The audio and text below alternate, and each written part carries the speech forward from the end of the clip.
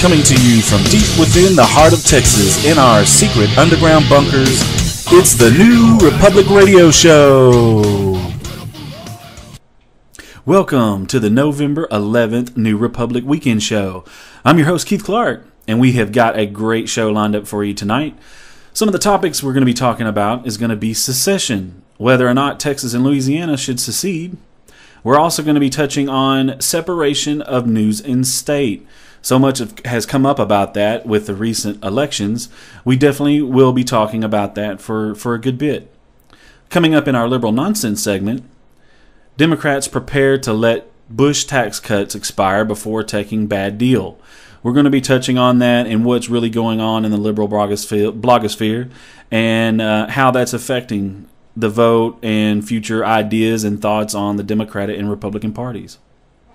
All right, we'll sit back, enjoy, get ready, go pour yourself one of your favorite beverages, and just get ready to talk about the truth. We're going to be talking about many things that you will not hear anything about in your regular media. If you happen to be one of those poor folks that mainly listens to the ABCs, the drive-by media, the mainstream media, then open your ears because you're going to be hearing a lot of stuff that you've never, ever heard about. All right. First topic for the day is going to be secession. Now, for my listeners that are not in Texas and or Louisiana, I totally get it if you don't really know what's going on with this topic right now. And I understand if you might feel a little bit confused at the moment. But let me just basically give you an idea of what's going on. Well, with the recent presidential election, the results, especially for Texas and Louisiana, were very bitter. Basically, you had such a huge portion of these two states that did not vote for Obama. A lot of people are upset, and some people are obviously blaming it on voter fraud. A lot of people are blaming it on ignorance. You know, there's just a whole list of things that people are basically, putting into this argument. And as a Texan, I do get it. I understand where they're coming from. But I want to touch on this topic a little bit. I do want to talk about it. It's very controversial because, unfortunately, there's a connotation to secession, and that goes all the way back to the Civil War, as many of you understand and know. A lot of people feel that the states basically seceded over the subject of slavery. So if you feel that way, then a lot of you are going to, as soon as you hear anything to have to do with secession, you're going to automatically think racism. You're going to think, stuff like that. And so I get it. I understand where you're coming from on that. But, we want to talk about both sides here. But first, I'm going to talk about why some people are against it. And yes, there's a lot of people that are for it, but obviously there's some Texans and some Louisiana people that are not for this idea. And their main reasons are this. It's just the simple fact that if you do look back to the Civil War, what happened? As soon as the South seceded, immediately after, not the day after, but it took some time to marshal the forces together and get all the congressional approval and all that. But basically, eventually, the U.S. went to war with the Confederacy. So the problem here is that many Texans and Louisianans are scared out of their mind because it's 2012. The weapons that the U.S. federal government can use against a citizen of another country and or even its army is honestly quite scary. There's drones that you never see coming. You'll just be sitting around having dinner with your family, and next thing you know, your house is completely blown to pieces and everybody's dead.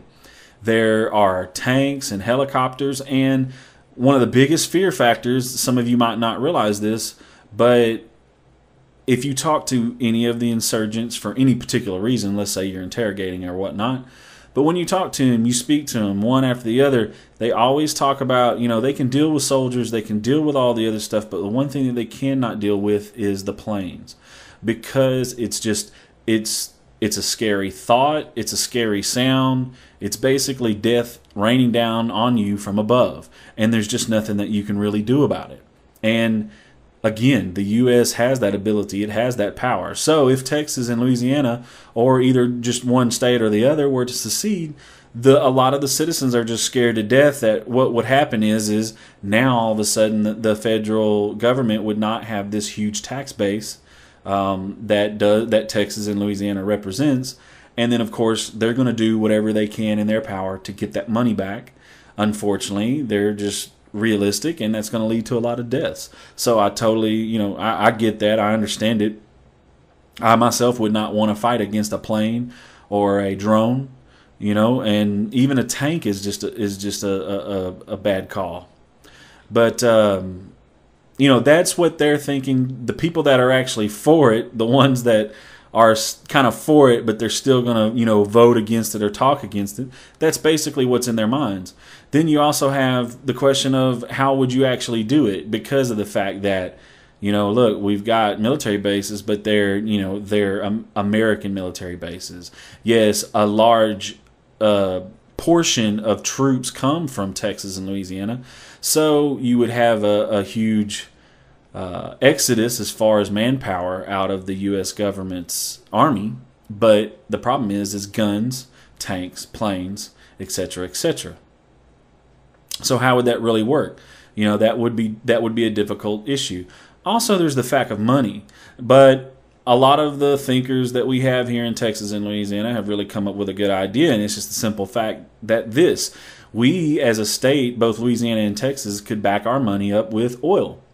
So, oil-backed money is going to be worth a lot more than money that's backed by nothing, that is basically printed by the Fed at $85 billion a month. I think money-wise, resources-wise, we would do fine. There would be no issue. In fact, we would be doing better in a lot of ways. But all this boils down to is why would you do it? When would you do it? And how would you do it? And ultimately, here's my call on the entire scenario. Yes, I'm a sixth-generation Texan, and I do kind of in my heart, I do feel like I'm Texan first and American second. I mean, it's hard to not feel that way when you're a Texan, because we are so independent. It's just the way we're raised. We're proud of our state. We're proud of our way of life. So it is kind of hard, but I am, at the end of the day, an American, and I don't want to walk away from that, because I do believe in our Constitution, and I do believe in our forefathers that put that together. So that's a really hard call for me, because as bad a position as the United States is in, I'm still willing to duke it out and to fight it out and, claw and grind my way, to some kind of solution for this great country. Unfortunately, we have a very divided populace at this moment.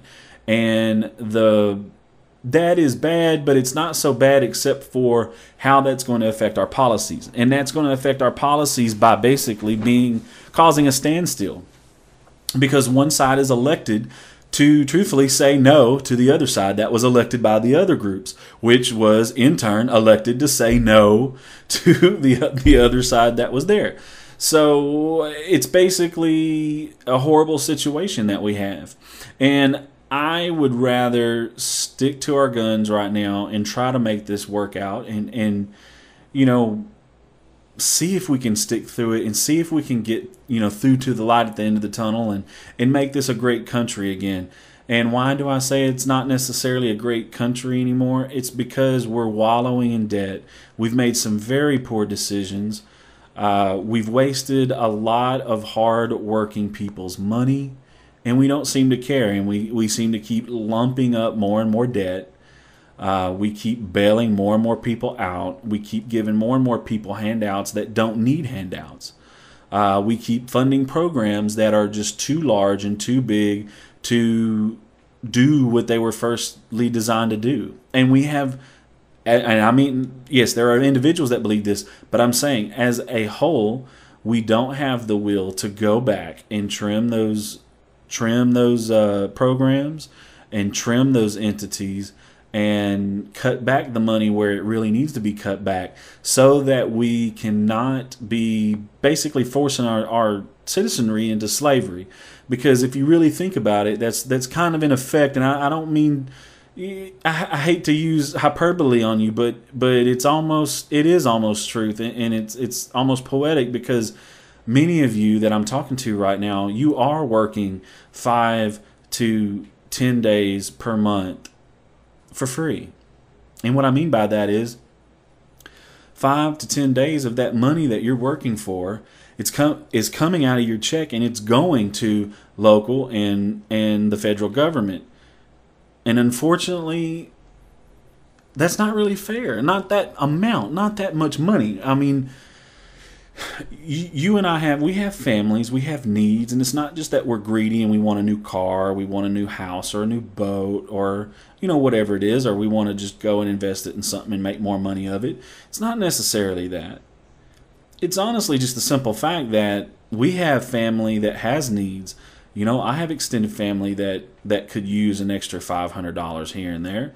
I know friends too that could help a hand, could take a helping hand, could take some money here and there.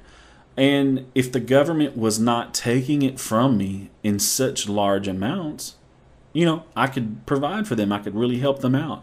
And then it's not even just that. It's my church, it's charitable organizations. It's going out and helping people in the community. As here on the New Republic, we promote so much. We could do so much if the government would stay out of our pocketbooks so heavily. So yeah, we got a lot of problems. We've made a lot of horrible decisions. But I do still believe that we can make it back to where we were, and we can even take it beyond that and go to a much better place. And I want to continue to do that. Now, here's my other thing too. If this government keeps going in the direction that it's going, and it just seems that the federal government basically gets whatever it wants. It makes these new laws, and we say, okay, you can take that freedom. They have, like, for instance, the one that Bush put in for the security, like, you can tap lines, you can read my emails and all this other stuff, for various reasons, that they can come up with. It's like we say, okay, that's cool. We don't want terrorists to harm us. So, you can take that freedom. You can take this freedom. You can put cameras in our bus stations. You can put microphones on the cameras in the bus stations, and you can turn them on, and you can listen to our conversations on the bus and on the trains, and we keep giving that away. You can put a camera at the stoplight and watch to see if I'm, running the stoplight or not. You can take a photo of my license plate. We're just giving away all of these freedoms left and right and center. And some of you want to take, y'all want to take our guns. You say, oh, well, you can only have a shotgun. You can only have a long gun. You can't have a mean, scary looking gun that I'm going to fictitiously call an assault rifle because somehow when I put that word in front of it, it makes it an evil entity. I'm going to, there are people out there that want to take that away. And in so many cases, we have let them, and then we've taken those rights back, and now they're wanting to take them again. You name it. There's just, I could sit here for an hour, and you guys, I'm not exaggerating this. You might be still trying to fight me a little bit, but believe me, I could sit here for an hour and talk about all the new law that Obama passed, where they can hold you indefinitely as an American citizen, and you won't have a right to trial. That's the NDAA Act. I mean, that's a horrible situation, and that's rights that you and I are losing. So, if the government keeps going in this direction, and I hope it doesn't, I hope we elect people and officials and we stand up to the government so that it doesn't do this. But if we keep going further and further down that road, then it's going to end up where basically the government has all the power and we have none of the power. And, it's basically a 1983 over again. The book or the movie, either one you want to talk about. It's going to be that type of situation where we have to watch what we talk about. We have to watch what we do. We have to watch what we say. Oh, wait.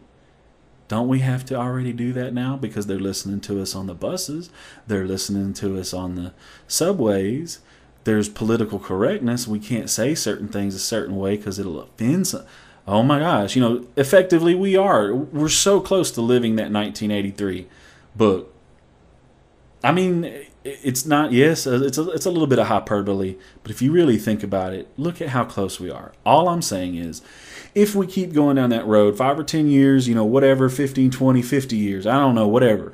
But if we do keep going down that road, And then at some point, the government is completely out of money. They're so broke that they're basically confiscating more money from you and I, more property from you and I. And we basically don't live a nice, free American way of life. If at that point we wake up one day and we do make that decision, then you know what? I am for secession. And I am for Texas and Louisiana leaving and going on their own. Because I think that those two states, at their heart, they really do believe in freedom of the individual. And, I think that they could make a better place to live and a better place to make a life than a tyrannical United States, if we ever get to that point.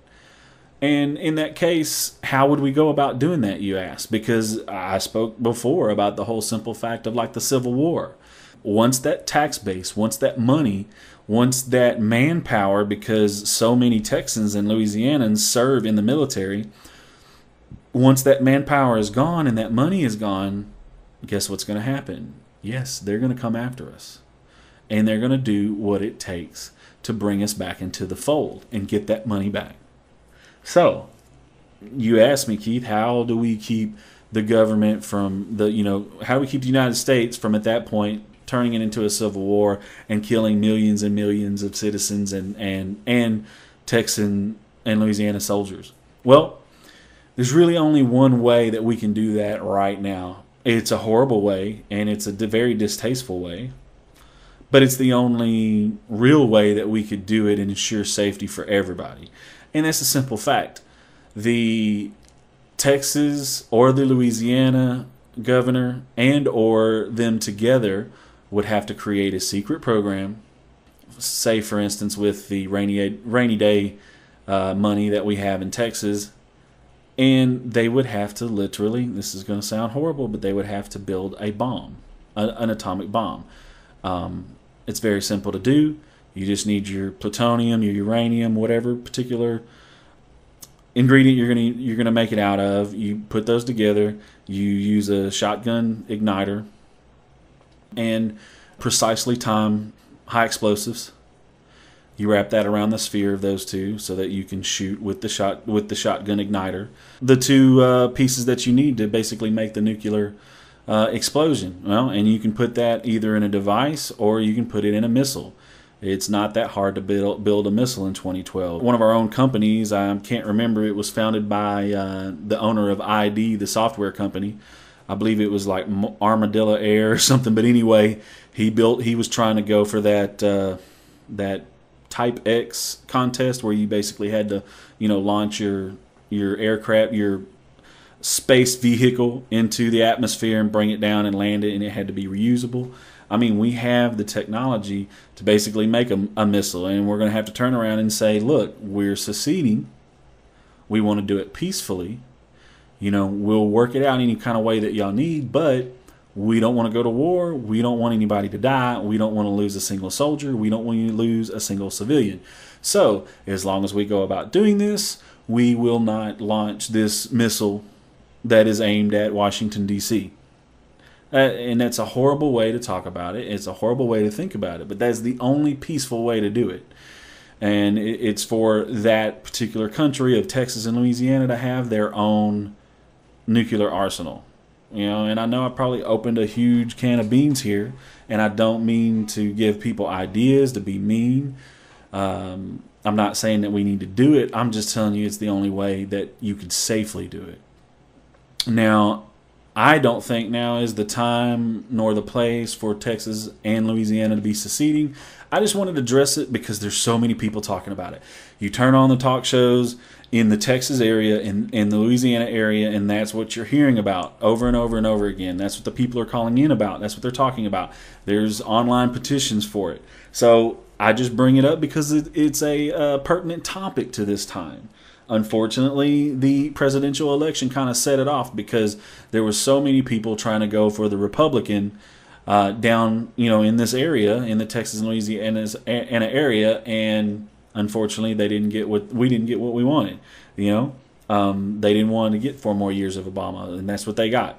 So they kind of felt like they, don't have an option. It's like half the country is up and against half of the other country, and I don't want to promote civil war. I don't want to help civil war. I don't want to, push that forward as an idea.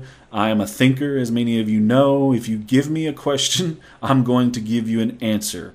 So if it's an unpleasant question, do not pose it to me, because I will give you an answer. I'm a thinker. I'm very literal about things. I sit there and I put it all together. I put together the big puzzle. I figure out what the big picture is, and I blurt it out. So, love me, hate me, whatever. I'm just telling you the truth. Crazy topic we're talking about. Texas and Louisiana seceding. Tell me what you think. Give me a text. Give me a call. Leave a message. Whatever. 979-31-TALK-6. I know this is a very heated subject, so let me know what you're thinking and how you feel. If you're mad at me for even talking about it, let me know. 979-31-TALK-6. 979-31-TALK-6. Okay. Another big, I think this is a huge story. It's a huge idea. And it's something that in my last episode, my last podcast that I did there, I really talked about. But since then, I've really, there's been a lot of people that have gotten behind this idea, a lot of people that want to know more about it. But it's just the simple fact of all of you have heard separation of church and state. But one thing that we really need in 2012, we need separation of news and state. Basically, it's just the fact that the reason why this country is so evenly divided is because the mainstream media, ABC, NBC, I call them all the alphabets, and I just mean it because they all have the alphabet letters in their name. CNN, Fox, MSNBC, you name it. Those guys, what we call the mainstream media, those guys are openly trying to control the masses through brainwashing, basically by reporting on stories. However, they're not giving you the real news. They're giving you their opinion of the news, and they're taking it or tweaking it or leaning it to a way that will get you to believe or get you to think a certain way. Like, for instance, the story on Benghazi. A lot of the news organizations either just didn't talk about it, or they spoke about it real fast, got it out of the way, and then just never talked about it again. Or they purposely, like CBS with an interview where they just didn't even air the interview until after the election because they did not want to make anybody be swayed before the election results were in. So it's things like that we have to look out for and we have to realize. Now, obviously, I don't really watch any of those news. I don't read their papers. I don't read their articles, except for to get stories for you. You know what I mean? It when I do read it, it cracks me up because being in the industry of news and what's going on right now, I pretty much know most of the stuff as soon as it happens. I'm not trying to sound conceited. It's just that's kind of my job. That's kind of my thing. So I'm in there. So when I see the reports that they have and the things that they say about it, I'm astounded that, number one, that anybody would believe what they're saying because it's so obviously slanted. But I'm amazed that they try to get that past the voting public, And it's just the simple fact that with this last election, it has shown us 100% that America listens to those news people. They actually believed, for instance, that Romney was going to take away their ability to get contraception and that he was going to be able to outlaw abortion. And as any of you out there that are listening to my show know, there's no way a president can do that. Now, granted, if maybe a congressman could get that going, if he got enough congressmen behind him, or a senator or something like that, maybe. But a president by himself would never, ever be able to get something like that going. And then the fact is, he would also have the House and the Senate that would be able to knock that down. And if it was really controversial, it would go all the way to the Supreme Court, which would knock it down. So the fact that you saw things like, vote with your lady parts, that right there shows you the extent of the brainwashing. Because the simple fact is, number one, that's not what Romney was trying to do. Number two, even if they wanted to do something like that, they weren't able to do it. So there's so many examples, and I can bring them up, but I'm not going to waste 2 hours sitting here telling you how this news station, that news station, this news organization, reported on the news incorrectly and put their personal opinion and their personal spin into it. I'm not going to do that.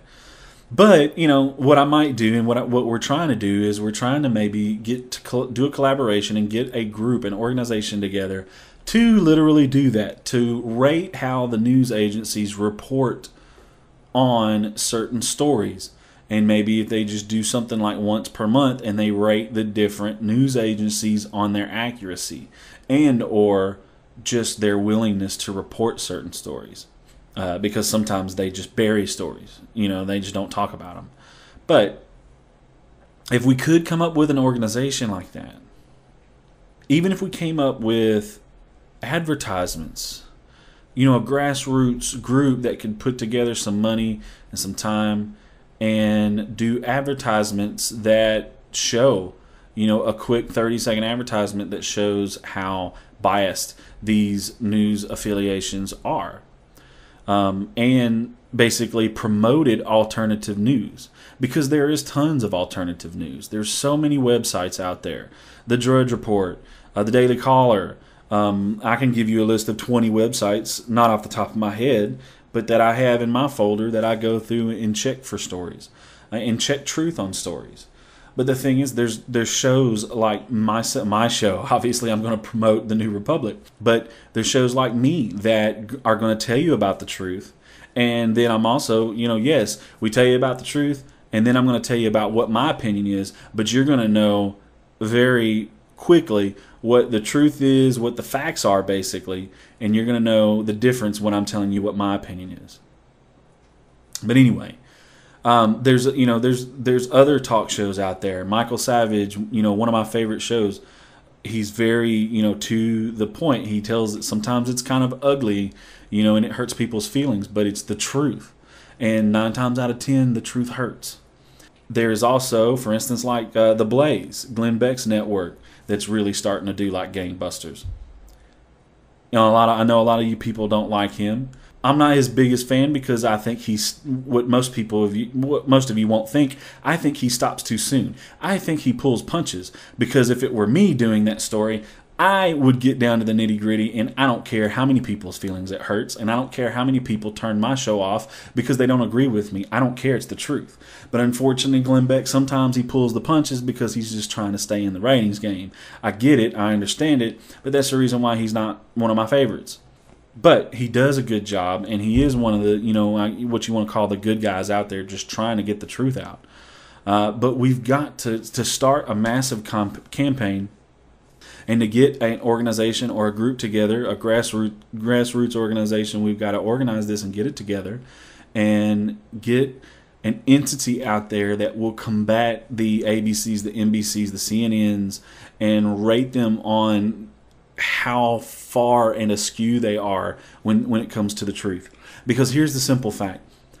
If this election would have happened and all of, most of the voting public was actually educated toward the facts, we would have just honestly had a completely different election. Now, I'm not a huge supporter of Romney. I don't think he was the quote unquote answer, but my deal is he would float us through for 4 years until we could get either a third party or get a real conservative up there, somebody who is actually really interested in cutting the budget, cutting spending, getting that under control, getting our country's future under control, and creating some jobs. Unfortunately, that was not Romney. You know, he would have created some jobs, so it would have got us by for 4 years, but it wouldn't have fixed any of the major fundamental problems. So that's what I was looking for with Romney, because I had given up hope, because unfortunately, again, the Republicans put up a super moderate, just like McCain. I mean, come on. McCain, to me, McCain's a liberal, and honestly, to me, Romney is a liberal. If you compare us two, or us three together, that's what they are. I'll give you, you know, middle of the road guy, if you want to call it that way. I'll give that to you, but that's just the way I look at it. We need a real conservative, somebody like Kane. You know, he was ready to get his fingers dirty. He was ready to get his hands dirty. He was ready to jump in there and do the painful things that we have to do to save this great country. You know, we're going to have to go through some pain right now so that we can get to the fun stuff later. But that's the only way we're going to do it, because if we keep just putting off the pain, if we keep putting off the dentist visit for so long, you know, everything's going to rot. The entire government's going to just rot out in its place, and there's going to be nothing left. So, you know, I'm just telling you, America, we got to go to the dentist. We can't keep putting it off. And if we keep, you know, electing this crap, like, you know, putting these people up like we do, we're just going to end up with the same thing over and over again, just like I've been calling it ever since I started this show. 8 years Democrat, 8 years Republican. I don't know what kind of deal they have with each other, but that's just how it works now. So, you know, that's the sad truth, and I'm just telling it to you. So, if you're interested in the separation of news and state movement, go to our Facebook page, the New Republic Facebook page, and or the Twitter page, the New Republic on Twitter. You can look it up either way. And we have one of the little memes, the little caption up there that shows the whole little separation of news and state. Put it on your Facebook, put it on your Twitter, promote it, get it out there, because I'm sure it's going to take off. When people really start thinking about it, they're going to love this idea of news that is news, and news that is real journalism, not commentary, not spin. 979-31-TALK-6. Tell me what you think. 979-31-TALK-6. Give me some ideas. What do you want to talk about on next show? The next show coming up. What do you think about some of the topics that we've talked about? Do you have some ideas on this whole separation of news and state? If you do, give me a text message. Leave me a message. Whatever you like, whatever you feel comfortable with. Leave a voicemail. It doesn't matter. 979-31-TALK-6. All right, moving on to our last segment here, liberal nonsense segment. This is where I go around to the liberal blogosphere or the websites, the news sites, whatever, and I pick out stories that basically just need to either be debunked, made fun of, or just need their facts checked. This one I happened to find on, where did I find this at? This was on Liberal Land. Yeah, Alan Combs' website, Liberal Land. Democrats prepared to let Bush tax cuts expire before taking bad deal. When you read this particular article, and this is what they're basically pushing out there in the newsland, is basically they're painting the Republicans in this bad light of, well, you know, we don't want to take a bad deal that's going to, you know, pile up all of these taxes on the middle class and let the rich get away with having tax cuts. Well, I get what you're saying, but what you're saying is nothing based in reality, because there's not even a single Republican that wants to increase a single middle class person's tax. Isn't that funny? There's no actual Republicans trying to raise taxes on middle class at all, not even a little bit. But somehow, magically, Democrats are using that as their defense as to why they want to let the Bush tax cuts expire. Now, what does that mean to you and I if the Bush tax cuts expire? That means all of our taxes, the 10%, 23% tax bracket, the 30%, 38%, everybody's taxes goes up, because what happened was Bush cut everybody's taxes. to get the economy spurring and going again. Back when we had our little tech crash, and that worked. It did. We started coming back until the housing bubble. We had growth. But the thing is that the Democrats don't really like that, because to them, higher taxes for everybody is a better thing, because it means more. To them, it means more income to the government. And in the short term, that is what it means. However, in the long term, raising taxes actually decreases funding to the government through taxation. So the reason why is because it inhibits economic growth. So over 5-year or 10-year term, you actually have decreased tax income. Well, whereas like your first year, the income goes sky high because you raise taxes. What Bush and other presidents have found out, especially Reagan, when you lower the taxes on the rich and you lower the taxes on the middle class, the middle class as well as the lower class, when you lower taxes on all of those folks, everybody has more money.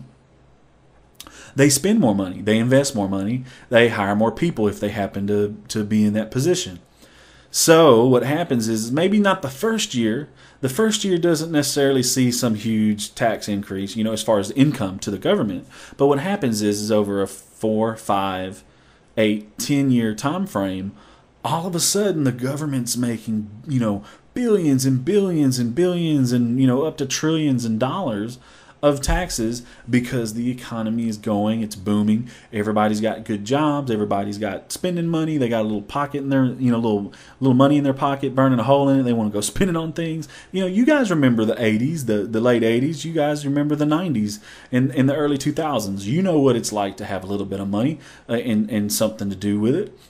Now you fast forward to a time like this, where we've had all this bad housing bubble and all this other stuff that's going on, and all the wars and just the craziness, and now nobody has jobs, money's tight, and now come January 1st, if the Democrats don't make a decision and either allow the Bush tax cuts to go through and stay on it, then we're all going to see a huge tax increase starting January 1. And what that means to me and you is that means our first paycheck. It's not necessarily January 1st, but January 15th, basically. I know not everybody gets paid on 1st and 15th, but, hang with me here for a second just for the thought process. But on the 15th, people all across the nation are going to be like, oh, what the hell just happened? Yeah. Basically, you're going to get a huge chunk taken out of your check that you weren't ready for, because you've been working at that job for years and you've had it all through the Bush tax cuts, and you were expecting that you got this amount of money each 2 weeks or whatever, or you got this much money taken out, or if you happen to be on commission, you just had an idea of how much was going to be taken out, and then all of a sudden, bam, it jumps up 5 or 10% higher, and you're just going to be like, whoa, what's going on? I didn't have my stuff set up to deal with me losing 10 or 20% of money per, or maybe sometimes it's going to be smaller, 5 to 10% for some people, but for other people it'll be higher. But let's just say even that, how many people, unfortunately, in this hard times are ready for a 5 to 10% decrease in the money that they have in the checking account at the end of the month? That's going to hurt a lot of people right out the gate. You think that's not going to screw up people's credit overnight? I mean, it's going to take them 6 months to have a bunch of late payments and completely screw their credit. So not only are they going to have no money, but they're also going to have no credit. Then where is America going to be? Because so many businesses rely upon people that have good credit, because they can't actually do anything. They can't finance anybody in any kind of way, shape, or form if you don't have credit. So, we're talking about a lot of bad things that could be happening. But the liberals, the Democrats basically, they want to blame it and say that it's the Republicans' fault, because they want to talk about some phony middle-class tax hike that no Republican, and you can find absolutely no evidence for anywhere that says that, Republicans want to bump up taxes on the middle class. I defy you. Show that to me. I defy you to show me a place where a conservative and or even a Republican wants to raise taxes on a middle class person? Show it to me. You won't be able to find it. And there's a very good reason. Because the media has lied to you and basically told you Democrats good, Republicans bad. Well, you go on, keep being a nice little sheep and thinking that. But let me tell you what, it's going to hurt if they don't either come up with a new tax system that is somewhat like the Bush tax cuts, or honestly what I would be for is even if you drop the taxes a little bit lower on the middle class, keep it the same or raise it a little bit on don't raise it too much because, man, I want to have a job. You raise it up too high and they're just going to lay off more people. But, maybe raise it 1 or 2% on the rich, but maybe drop it maybe 5% on the middle class. That's fine if you want to do that. But I don't see the Democrats wanting to do that. I think what they would rather do is to work in sync with the media and basically come to January 1st, repeal the Bush cuts and just blame it on the Republicans because they know the media will back them up. They know that the media will just tell everybody that it was the Republicans' fault. They know that anything the Republicans come out and say, then they'll just be like, well, you know what? The media, ABC, NBC, they're just going to be sitting on TV telling you, well, they said that they weren't going to do it, but what they really wanted to do was raise the taxes. Basically, guys, they're lying, and the Democrats are telling the truth. And, keep going out there and voting like we're telling you to and be good little sheep. That's basically what they're going to do. All right, I'm done with that subject. I still have a subject that pertains to it just a little bit, my last subject of the day. And this is also in the liberal blogosphere, and I hope tomorrow everything's going on. I should have time to do this, but okay, everybody knows about the hiring freeze and the layoff bomb. All right, and the layoff bomb happened the day after the election and the following days after which, basically because of Obamacare is coming, there was no Romney coming in and saving us from that. So, we're looks like we're locked in. I mean, we can hope and pray that we won't be, but it looks like we're going to be locked into that. Also, this whole fiscal bomb, this whole fiscal cliff with the Bush tax cuts coming in January 1. Everybody's freaked out about it because everybody's going to have to pay more taxes if they don't get something done. So what happened is everybody got laid off. I mean, it's just, sadly, there's consequences to these dreams that people have, that they think that the government has this infinite amount of money. Well, it's printing $85 billion a day, and they can't really print too much more fake money than that. Otherwise, there's really, really going to be problems. I mean, there's already going to be problems from that. Don't get me wrong. We have repercussions. But the immediate repercussions are the fact that businesses are going to have to pay all these fines for not having people enrolled in Obamacare. So what they will do is instead of either doing that or paying to enroll them, they will just move everybody to part-time. Because if they bump them down to part-time, they don't have to enroll them. And then what's even kind of a double whammy is now it's off the business. Now that person, even though they're part-time, they have to pay out of pocket to get enrolled into Obamacare, or they have to pay the fine. So it's a double whammy. So any liberal out there who thinks Obamacare is a good thing, well, let me tell you, friend, when you get laid off or you get bumped down to part-time and you have to come out of pocket to pay for a very expensive program called Obamacare, joke's on you. That's horrible, but it is. But anyway, all that's going down. So the businesses are trying to stay in business, so they're moving everybody to part-time, and or there's a hiring freeze altogether. So what happened is there's a lot of companies that have announced that. So liberals are now boycotting businesses who lay people off after the elections. One of the big companies who announced this and one of the organized boycotts are against Papa John's Pizza, because they're going to have to, lay off some people. They're going to have to do a hiring freeze, and they're going to have to bump a lot of people down to part-time. So there's a lot of liberals out there that are saying, oh, don't buy Papa John's Pizza. So I'm going to recommend that you go out and buy some Papa John's Pizza. Help them out, because it's not their fault. It's not Papa John's fault that they're laying people off and they're bumping people down to part-time and they're doing a hiring freeze because a president thought it would be a good idea to force all these companies to pay millions of dollars towards a healthcare system that could have been done an entirely different way, where, we don't have to come up with all this ridiculous amount of money for nothing. I mean, they could have simply taken out the law that does not allow insurance companies to compete across lines, and health insurance would have went down to the prices of car insurance overnight. And I know all of you can afford car insurance because you're driving around. I see you.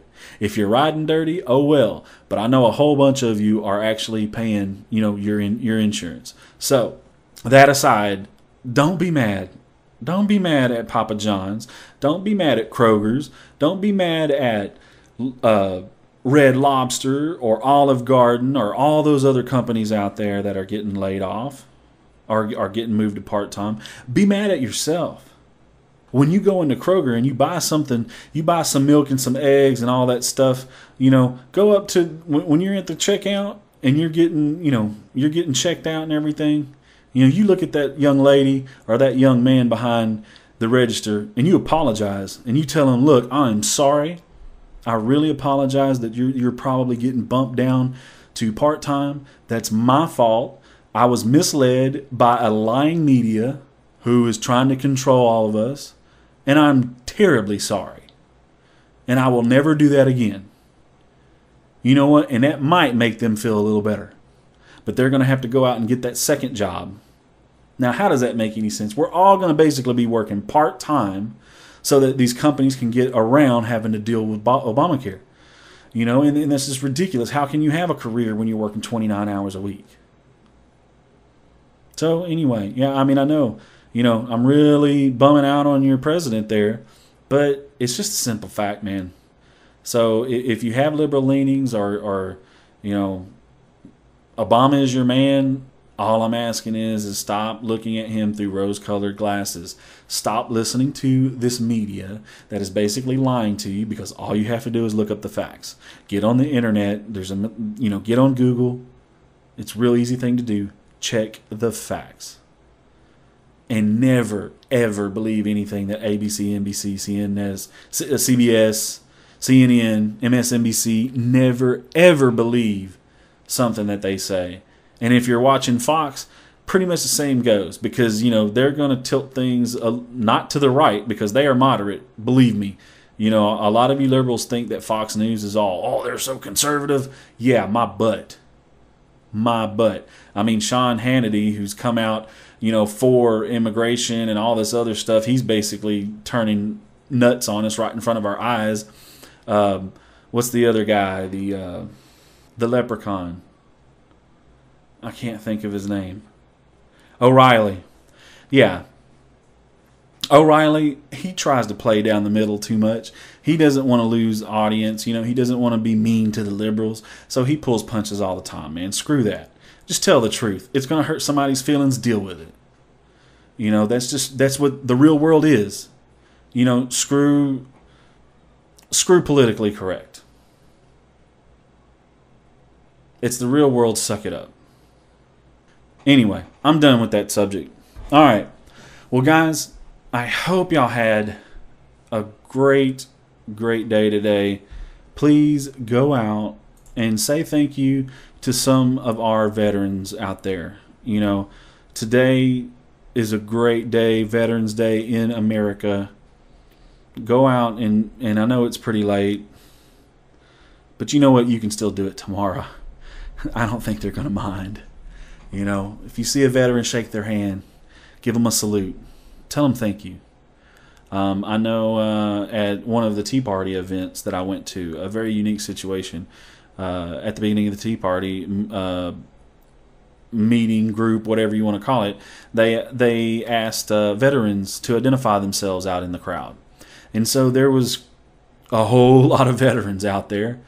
But it was really cool because then they immediately said, everybody please go, find the one next to you, shake their hand, tell them thank you. And it was just the coolest thing ever, because it was just all these thousands and thousands of people just turning around, shaking all these older gentlemen and some ladies' hands. And there was some younger guys out there too, but there was a lot of older ones too, that had probably been in more than a couple of wars. But it was just it was a sight to behold, and it just melted your heart to know that so many people were thankful and they appreciated it. And the veterans were they were stunned. Just the look on their face. Some of them were even kind of breaking down a little bit and tearing up. And man, as a grown man, when you see, somebody hardened from years and experience, and you see him break down like that, that's a moving situation. That's a moving moment in time. And it was great, and I felt touched by the whole situation. And I went around and I shook one or two of their hands that were close to me. There wasn't any that were right there where I could do maybe 3 or 4 or 5, but I really shook their hands well, and I told them thank you, and how much I appreciated their service, and it felt good for me too, just to get that out there to a complete stranger, somebody that I didn't even know, just to sit there and just tell them, from the bottom of my heart, thank you. And they could see it in my eyes, and they could hear it in my voice, and that was just an awesome experience. So, I recommend that you guys do that, even if it's tomorrow. Tell them you had a cold and you didn't get to go out, so you didn't get to thank any veterans. But do it. It'll make you feel good, and it'll make them feel good, and just to see the expression on their face is just such a gift. It's such a gift because they gave so much, and they lost so many of their friends and family and just time, years out of their life for you and I. And it's just such a humbling feeling when you see them, because they take it and they appreciate it, and you can feel it, you can see it. So anyway, again, go out, shake a veteran's hand, do something good for them, hold the door open for them, hold a conversation with them. Just, spread our love for them if you can. And again, as usual, go out and do for your community, because your community will do for you. All of this starts at home. So spread the word, talk to people, educate people, learn how to debate so that you can help them out. And the funny part is, if you help them out and you educate those folks, it really helps you in the end, because it's going to make a better America. We're all going to have a better place to live. We're all going to have a little more money in our pocket. And when we do have needs and we have those bad times, there's going to be more people out there that can do something to help us. And we won't necessarily have to rely on the government. So, anyway, that's all I wanted to say. I hope you guys enjoyed the show. Again, go check on our Twitter page and our Facebook page so that you can get the separation of news and state meme. And again, if you have any, I'm activating the brain trust. So if you have any ideas on that, give me a call. Alrighty, folks. Have a great one. I hope you enjoyed the show. I'm your host, Keith Clark, and I'm out.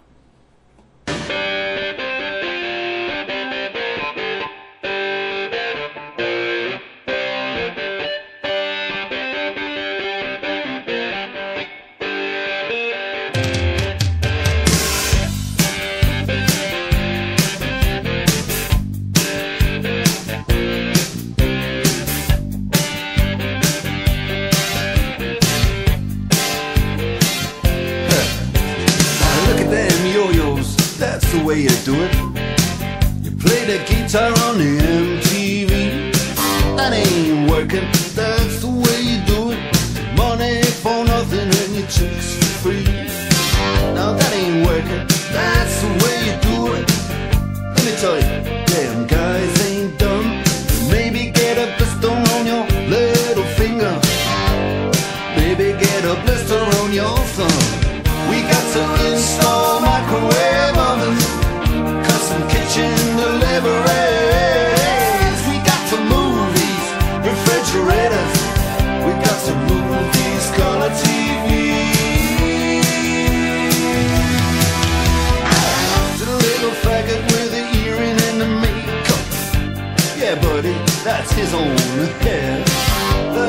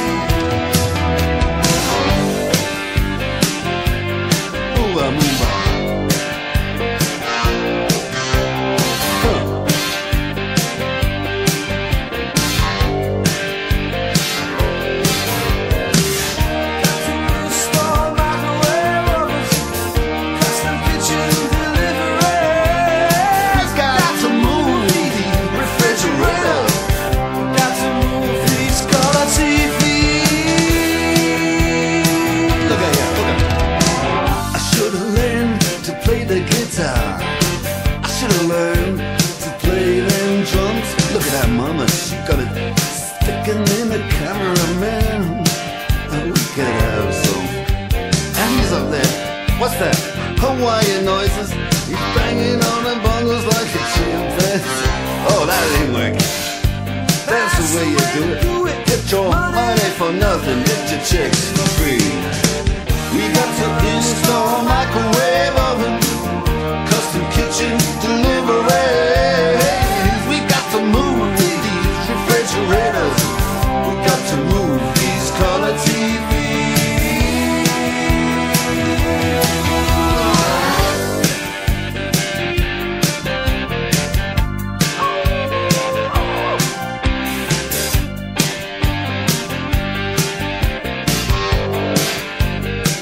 Listen here, now, that ain't working. That's the way you do it.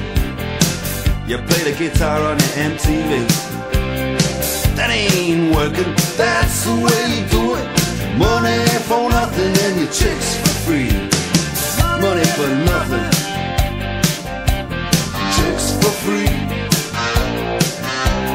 Money for nothing, chicks for free. Ooh, and money for nothing, chicks for free. Money for nothing, chicks for free. All that money for nothing, chicks for free. Money for nothing, chicks for free.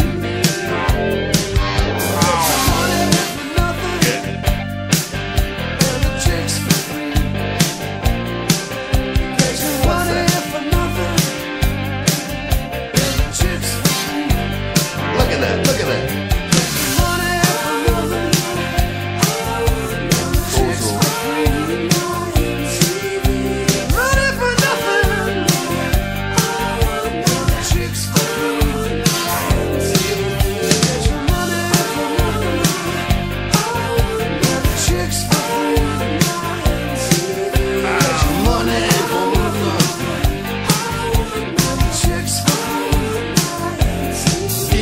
Money